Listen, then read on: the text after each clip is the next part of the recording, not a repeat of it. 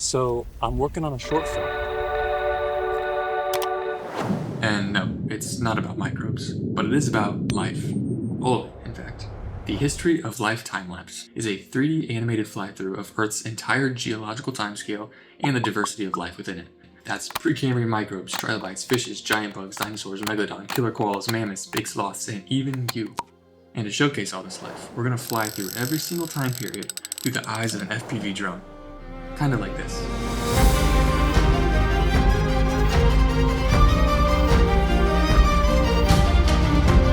So, to get this done, I'll be creating a lot of shots. Just like this one. Maybe hundreds, I'm not sure yet. But let's start with shot number 1. Saccharidus coronarius. The name means wrinkle bag with a crown. I didn't come up with the name, but I get it. Saccharidus was a microanimal of the early Cambrian period that lived about 540 million years ago. It was only about a millimeter in diameter. That's about the size of today's largest tardigrades, and might have looked something like this under a microscope. Here's how I made the shot. First comes the reference. I use PureRef to lay out all of my reference imagery, and a lot of this is dark field microscopy. I just love the way these look, and I think something like this will visually sit quite well with the shots that I have planned for before and after. Here's the original fossil. Very cool. Once all my references are in place, sculpting begins.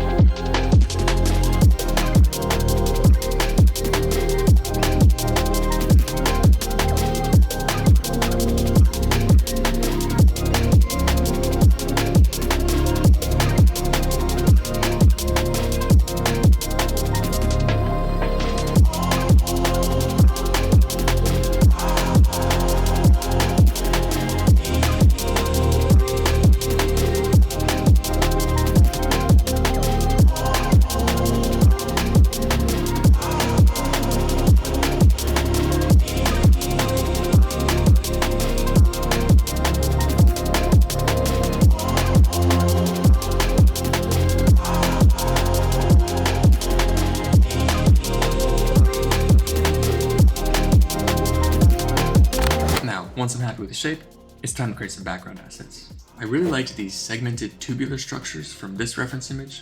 Let's start with those. I model a quick bean shape and give it some semi-transparent procedural textures for surface variation. The details here don't really matter because they will always be way out of focus. That looks pretty good. Now we use the array modifier and a simple deform to bend our tubes. Then I duplicate the whole object and distribute them in whatever way looks nice. That's good. I use Bezier curves to form these smaller tendrils. These are flagella maybe? I'm not sure. Anyway, this looks great. Now take a look at these guys.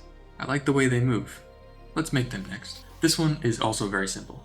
I took one of the reference images that I liked, cropped it, and gave it an emissive material. There are two of these image planes, oriented 90 degrees from one another, and their transparency is driven by the layer weight facing value so that there's always a visible image facing the camera. Then everything is encased in a semi-translucent icosphere. In camera, it looks like this. Nice. Now they need to move. I create 4 curve variations that act as looping motion paths. These paths are then randomly scattered and rotated within a volume using geometry nodes. I also randomize the starting point of each pill and randomize their speed over time for maximum variation. As a result, this mess of spaghetti gives the illusion of lots of random motion. Oh, and I also added these little cilia-like appendages. It's just a Bezier curve instanced around another circle curve and given some chaotic rotation. These are purely speculative. Soft tissue like this doesn't often fossilize, and there's really no evidence for these directly. I just wanted some more dynamic movement. For Saccharidus' surface material, I apply a variety of noise textures with some transparency driven by the normal facing value. Then I fill it all with a yellow fog volume, add this emissive image plane, and call it a day. I had some followers vote on a color theme, and most people chose this option, which was derived from this reference. And now, we're going to jump into Houdini. Take a look at this reference here. Notice how the particles sort of undulate and react relative to the surface of the larger organism? I want to simulate something similar in Houdini. I import the animation for the Saccharitis model and create a pop sim that distributes points within a volume, uses wind force to generate random motion, and then attract force to move the particles to and away from the Saccharitis model. I also set the model as a collision object so that the particles can bounce off of its surface. Here's what the final sim looks like.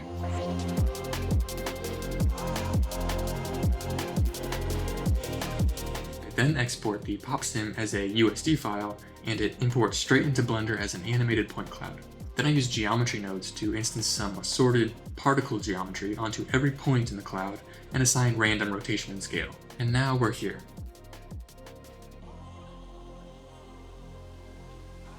And yes, this step could have absolutely been accomplished in Blender using Blender's native particle sim tools and force field objects, but lately I've been dipping my toes into Houdini to learn some of the basics, because I'm really going to need that simulation power as I get deeper into my short film. I'm hoping to go all out producing rainstorms, water interactions, sand, snow, and mud dynamics. I've got a lot to learn before we get there, but here's a few of my first Houdini sims.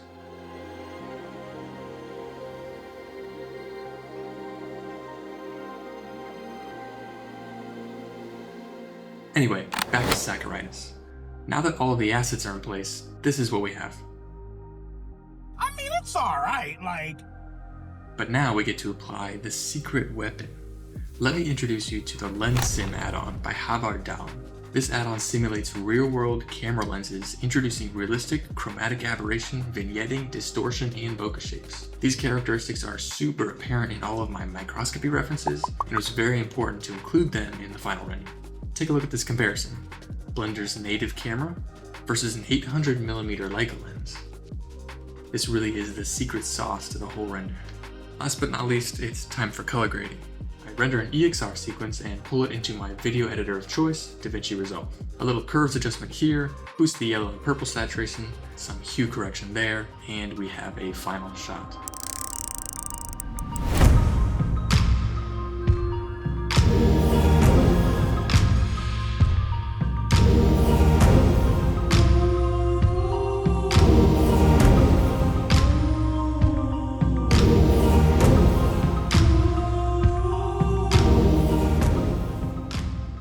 Thanks for watching, and stay tuned for shot number 2, where we jump ahead all the way to the late Pliocene to work on Megantereon Falconeri, a saber-tooth closely related to Smilodon.